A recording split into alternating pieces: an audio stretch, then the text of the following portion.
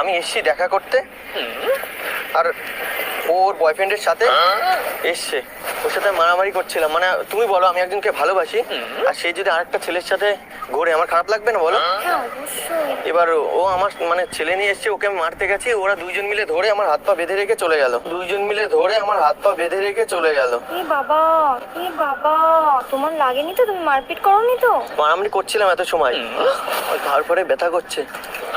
ও আমাকে ছেড়ে গিয়ে না আজকে অনেক করলো ভুল।